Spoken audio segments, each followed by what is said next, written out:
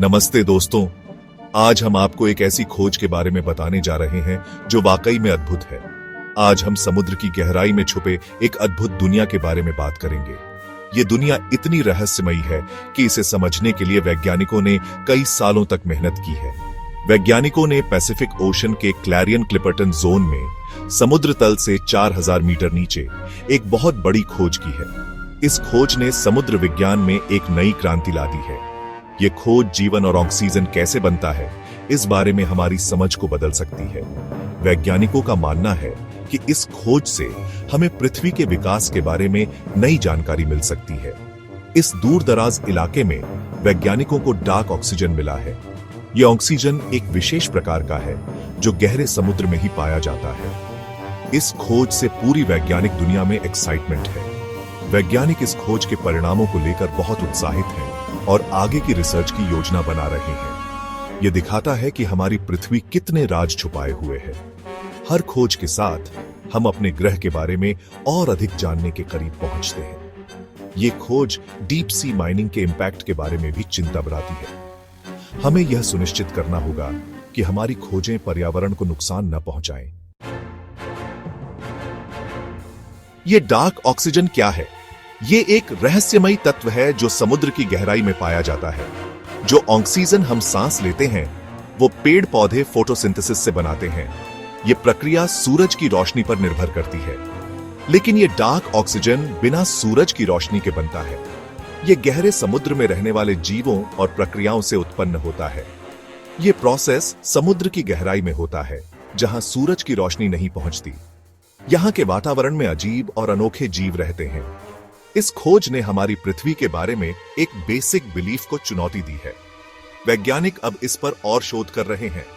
सदियों से वैज्ञानिकों का मानना था कि फोटोसिंथेसिस ही पृथ्वी पर ऑक्सीजन का मेन सोर्स है, लेकिन अब हमें और भी स्रोतों का पता चल रहा है। डार्क ऑक्सीजन का होना यह बताता है कि कुछ और प्रोसेसेस भी हैं जो हमें दिखाई नहीं देते और जो हमारे सांस लेने वाली हवा में कंट्रीब्यूट करते हैं। ये खोज हमारे अंडरस्टैंडिंग को और गहरा बनाती है। डार्क ऑक्सीजन का बनना समुद्र तल पर पाए जाने वाले पॉलीमेटालिक नोड्यूल्स से जुड़ा है। ये नोड्यूल्स मिनरल से भरपूर होते हैं और नेचुरल बैटरीज की तरह काम करते हैं। ये एक वोल्टेज पैदा करते हैं जो सी वाटर को उसके बेसिक कंपोनेंट्स हाइड्रोजन और ऑक्सीजन में तोड़ देता है। ये प्रोसेस इलेक्ट्रोलिसिस जैसा है, जिसमें इलेक्ट्रिसिटी से पानी के मॉलिक्यूल्स अलग किए जाते हैं। लेकिन क्लैरियन क्लिपर्टन जोन में कुदरत ने बिना किसी एक्सटर्नल एनर्जी सोर्स के ये कर दिखाया है। नोड्यूल्स खुद ही मिनरल्स और केमिकल रिएक्शंस के जरिए इस कमाल के ट्रांसफॉर्मेशन के लिए जरूरी वोल्टेज पैदा करते हैं। डार्क ऑक्सीजन की खोज सिर्फ एक साइंटिफिक मार्वल नहीं है, ये हमें एक बड़ी एथिकल डिलेमा भी देती है। प्रीशियस मेटल्स की डिमांड की वजह से होने वाली डीप सी माइनिंग इस डेलिकेट इकोसिस्टम को बिगाड़ सकती है।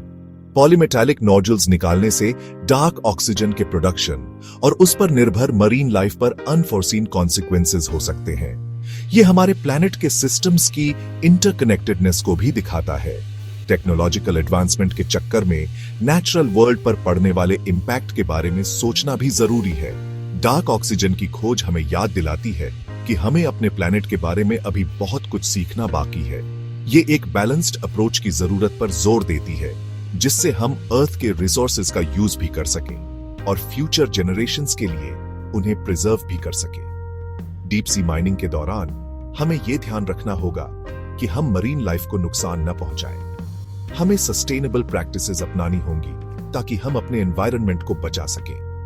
ये इंटरकनेक्टेडनेस हमें यह भी सिखाती है कि हर एक एक्शन का एक रिएक्शन होता है। हमें अपने एक्शंस के लॉन्ग टर्म इंपैक्ट्स के बारे में सोचना होगा।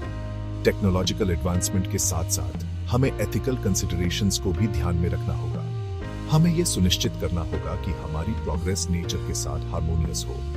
नेचुरल वर्ल्ड पर पड़ने वाले इंपैक्ट के बारे में सोचना भी जरूरी है। हमें यह समझना होगा कि हमारी छोटी छोटी एक्शंस का भी एनवायरनमेंट पर बड़ा असर हो सकता है। डार्क ऑक्सीजन की खोज हमें याद दिलाती है कि हमें अपने प्लैनेट के बारे में अभी बहुत कुछ सीखना बाकी है। ये डिस्कवरीज हमें इंस्पायर करती हैं कि हम और भी एक्सप्लोरेशन करें और अपने प्लैनेट को और बेहतर समझें।